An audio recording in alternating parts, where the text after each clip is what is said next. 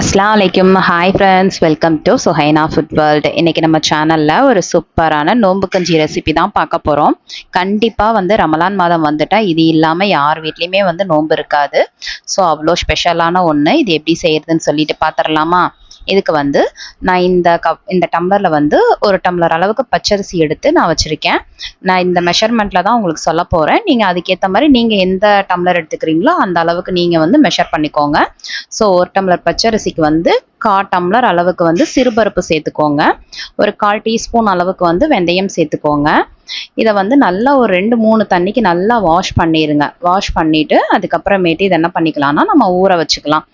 குறைஞ்சது ஒரு 1/2 அன் ஹவர்னாச்சும் ஊற வச்சுக்கோங்க. நம்ம பச்சரிசியை நல்லா ஊற வச்சுட்டு நம்ம கஞ்சி செய்யும்போது நம்மளுக்கு இன்னும் நல்லா குலைவாக கிடைக்கும், டேஸ்ட்டும் நல்லாயிருக்கும். அதனால ஒரு 1/2 அன் ஹவர் நல்லா வாஷ் பண்ணி எடுத்துட்டு தண்ணி ஊற்றி ஊற வச்சுருங்க.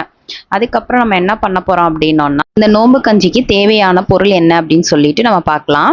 இதுக்கு நான் ஒரே ஒரு வெங்காயம் நான் எடுத்து வச்சுருக்கேன். அதுக்கப்புறமேட்டு தக்காளி, ஒரு அரை தக்காளி மட்டும் போதும். தக்காளி நிறையா சேர்த்துக்க வேண்டாம். அரை தக்காளி இருந்தால் கரெக்டாக இருக்கும்.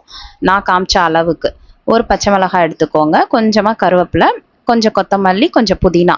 இது எல்லாமே இதுக்கு தேவையான பொருள். இதெல்லாம் நம்ம எடுத்து வச்சுக்கலாம்.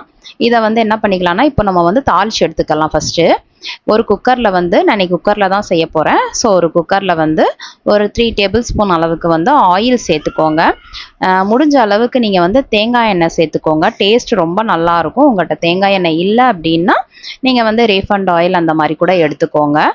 ஸோ இது சேர்த்துட்டு அதுக்கப்புறமேட்டு ஒரு 2 பட்டை, 2 ஏலக்காய், ஒரு 3 கிராம்பு மட்டும் சேர்த்துக்கோங்க. ஃப்ளேவர் நல்லாயிருக்கும். ரொம்ப சேர்த்துக்க வேண்டாம். கம்மியான குவான்டிட்டிக்கு இது கரெக்டாக இருக்கும். அப்புறம் ஒரு வெங்காயத்தையும் இந்த மாதிரி குட்டியாக நறுக்கி இதில் சேர்த்துக்கோங்க. ஒரு 4 பல் பூண்டையும் நறுக்கி சேர்த்துக்கோங்க. நான் உங்களுக்கு ஃபஸ்ட்டே சொல்ல மறந்துட்டேன். கொஞ்சம் கருவேப்பிலையும் போட்டு நல்லா வதக்கி எடுத்துக்கோங்க. ஸோ நல்லா வதங்கட்டும். அதுக்கப்புறமேட்டு நம்ம ஒரு அரை தக்காளி சொல்லியிருந்தோம் இல்லையா, அதையுமே குட்டி குட்டியாக நறுக்கி இதில் சேர்த்துக்கோங்க.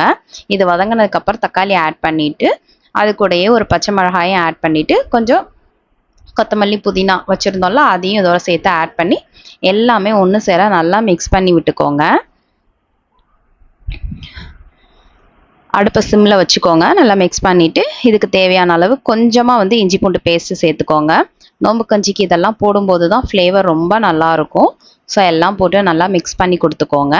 அதுக்கப்புறமேட்டு நம்ம ஊற வச்சுருந்தோம்ல அரிசி, அதை நல்லா தண்ணியை ட்ரை பண்ணிவிட்டு இதில் சேர்த்து ஒரு தடவை நல்லா மிக்ஸ் பண்ணி விட்டுக்கோங்க. நல்லாவே ஊறியிருக்கும். 1/2 அன் ஹவர் நம்ம வச்சுருக்கோம் இல்லையா, அதனால நல்லாவே ஊறியிருக்கும். ஒரு தடவை மிக்ஸ் பண்ணி விட்டுட்டு அதுக்கப்புறமேட்டு இதுக்கு தேவையான அளவுக்கு உப்பு சேர்த்துக்கோங்க. இப்போ இந்த அளவுக்கு உப்பு போட்டுக்கிட்டா போதும். பின்னாடி நம்ம பார்த்துக்கிட்டு தேவைப்பட்டு போட்டுக்கரலாம். அதுக்கப்புறம் இந்த செம்பில் ஒரு 1.5லேருந்து 2 செம்பு அளவுக்கு தண்ணி ஊற்றிக்கோங்க. தாராளமாக ஊற்றிக்கோங்க. அப்போ தான் உங்களுக்கு கஞ்சி நல்லா குலைவாகவும் கிடைக்கும். அந்த நோம்பு கஞ்சி நம்ம பள்ளிவாசலில் கொடுப்பாங்க பார்த்தீங்களா, கொஞ்சம் லிக்விடாக அந்த மாதிரி இருக்கும். ஸோ விசில் போட்டு ஒரு 5-6 விசிலுக்கு நீங்கள் வச்சுக்கோங்க. இப்போ விசில் நான் ரிலீஸ் ஆயிடுச்சு. இப்போ ஓப்பன் பண்ணி காட்டுறேன். எனக்கு பாருங்கள், நான் இவ்வளோ தண்ணி ஊற்றியுமே எனக்கு கொஞ்சம் திக்காகவே இருக்குது. ஃபைனலாக ஒரு 2 சில்லு தேங்காய் இந்த மாதிரி பால் எடுத்து வச்சுருக்கேன். நான் கொஞ்சம் பால் எக்ஸஸாக தான் சேர்த்துருக்கேன். நீங்கள் இதில் இன்னும் கொஞ்சம் கூட கம்மி பண்ணிக்கோங்க. உங்களுக்கு பால் அதிகம் வேண்டாம், தேங்காய் பால் அப்படின்னா. மிக்ஸ் பண்ணிவிட்டு இதுக்கப்புறம் உங்களுக்கு வேணுன்ற அளவுக்கு தண்ணியும் சேர்த்துட்டு ஒரே ஒரு கொதி வர்ற அளவுக்கு நல்லா விட்டுருங்க.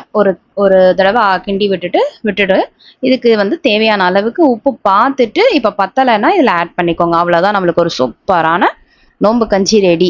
இது கூட அந்த பருப்பு வடை, உளுந்த வடை, இந்த மாதிரி நீங்கள் எது வச்சு சாப்பிட்டாலும் அல்டிமேட்டாக இருக்கும். சில பேர் இந்த நோம்பு கஞ்சியில் வடையை பிச்சு போட்டு சாப்பிடுவாங்க. அது ஒரு டேஸ்ட்டாக இருக்கும். ஸோ உங்களோட விருப்பம்தான். நீங்கள் பிச்சு போட்டும் சாப்பிட்லாம், இப்படியும் சாப்பிட்லாம். ஸோ கண்டிப்பாக இந்த மாதிரி நீங்கள் ட்ரை பண்ணி பாருங்கள். பார்த்துட்டு எப்படி இருக்குன்னு சொல்லிட்டு எனக்கு கமெண்ட் பண்ணுங்கள். கண்டிப்பாக இந்த நோம்பு நாளையில் இந்த நோம்பு கஞ்சி இல்லாமல் கண்டிப்பாக எந்த வீடுமே இருக்காது. ஸோ எல்லாருமே ட்ரை பண்ணி பாருங்கள். இந்த வீடியோ உங்களுக்கு பிடிச்சிருந்தது அப்படின்னா என் சேனலை சப்ஸ்கிரைப் பண்ணி எனக்கு சப்போர்ட் பண்ணுங்கள். ஃப்ரெண்ட்ஸ் அண்ட் ஃபேமிலிக்கும் ஷேர் பண்ணுங்கள், லைக் பண்ணுங்கள். தேங்க்யூ.